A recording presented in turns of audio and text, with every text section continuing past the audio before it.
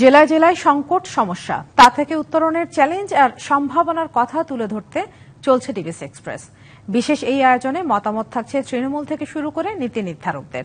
DBC express আজ সারাদিন আছে কক্সবাজার জেলায়। ডিবিসি নিউজের বিশেষ আয়োজন সিএসআরএম ডিবিসি এক্সপ্রেস আর সারাদিন আছে এই কক্সবাজার জেলায়। এখানে মূলত যে গুরুত্বপূর্ণ সমস্যা রয়েছে তার মধ্যে যে প্রধান সমস্যাটি সেটি হচ্ছে রোহিঙ্গা সমস্যা। সেই রোহিঙ্গারা এই কক্সবাজার শহরে এসে নানা ধরনের অপকর্ম সহ বিভিন্ন ধরনের যে অপরাধমূলক কর্মকাণ্ড সেগুলো কিন্তু পরিচালনা করছে। সেই বিষয়ে যারা আমাদের সঙ্গে যুক্ত আছে এখানকার বাসিন্দারা কথা বলবো তাদের সঙ্গে। স্বাগত আপনাদেরকে ডিবিসি এক্সপ্রেসে।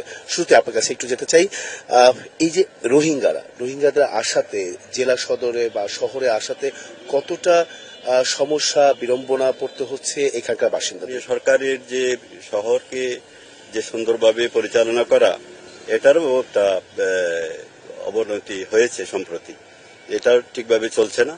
তো রোহিঙ্গারা এখানে কক্সবাজারের সদরে এসেছে, তো এরা তাদের ইচ্ছে হয়েছে বলে এসেছে তা তো না, তারা তো ক্যাম্পের লোক, প্রশাসনের নিয়ন্ত্রণে। তো সমস্যা তো আমি দেখতে পাচ্ছি প্রশাসনের মধ্যে, তারা নিয়ন্ত্রণ ভেদ করে কিভাবে তারা এখানে আসতে পারলো। এখানে আরো কয়েকজন আছেন, একটু রোহিঙ্গা বিষয় যদি একটু বলতেন যে রোহিঙ্গারা আসাতে আসলে জেলা শহরটাকে কি কতটা অপরাধ বেড়েছে কিনা, বা কি করা হচ্ছে, বা কি ধরনের সমস্যা পড়তে হচ্ছে?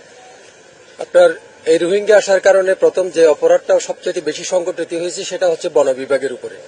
আপনি খেয়াল করবেন আমাদের এখান থেকে মেরিন ড্রাইভে আপনার হিমসরির উপরে যে ঝর্ণাটা ছিল তার উপরে যদি আপনি যান দেখবেন যে ওখানে প্রায় 30,000 একটা রোহিঙ্গা পল্লী হয়ে গেছে অলরেডি। আমাদের এই প্রশাসনিক অসতর্কতার কারণে বা দুর্নীতিবাজদের কারণে এগুলো আমাদের হাতছাড়া হয়ে গেছে।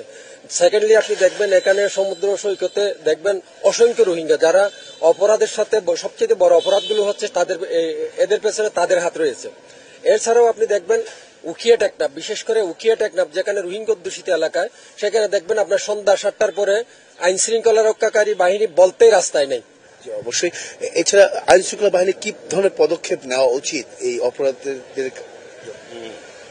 আইন শৃঙ্খলা বাহিনী তারা যদি একটু খেয়াল নেই, যেমন আমি নিজে অনেক সময় আসার সময় দেখি আমার সাথে রোহিঙ্গা সামের আসছে, জিজ্ঞাসা করো না কোথায় যাচ্ছ, ঠিকই দেখলাম এসে সেটাকার গাড়িতে উঠে গেছে আমার সাথে 3 জন, যৌথ বাহিনী চেকপোস্ট, জিজ্ঞাসা করলো না।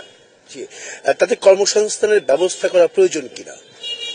এখানে হচ্ছে তাদের কর্মসংস্থানটা তাদের যে এরিয়া আছে রোহিঙ্গা ক্যাম্পে এর ভিতরে করতে হবে, বাইরে কোনো কর্মসংস্থার সুযোগ নেই। সেটা কেন? সেটার কারণ হচ্ছে যে আমাদের যে স্থানীয়রা রয়েছেন তাদের বেকারত্ব বেড়ে যাচ্ছে, তাদের কারণে আমাদের যে কর্মসংস্থান তারা সবগুলো লুপে নিচ্ছে, দখল করে নিচ্ছে। ধন্যবাদ। আমরা প্রত্যাশা করছি সরকার এই বিষয়ে নজর দিবেন। পরবর্তীতে থাকছে রাত 9টায় এই যে নানা সমস্যা এই কক্সবাজার জেলা কেন্দ্রিক, সেই সমস্যা উত্তরণে নীতি নির্ধারকরা কি ভাবছেন সেসব বিষয় তুলে ধরার চেষ্টা করব। সঙ্গে থাকুন সিএসআরএম ডিবিসি এক্সপ্রেসের।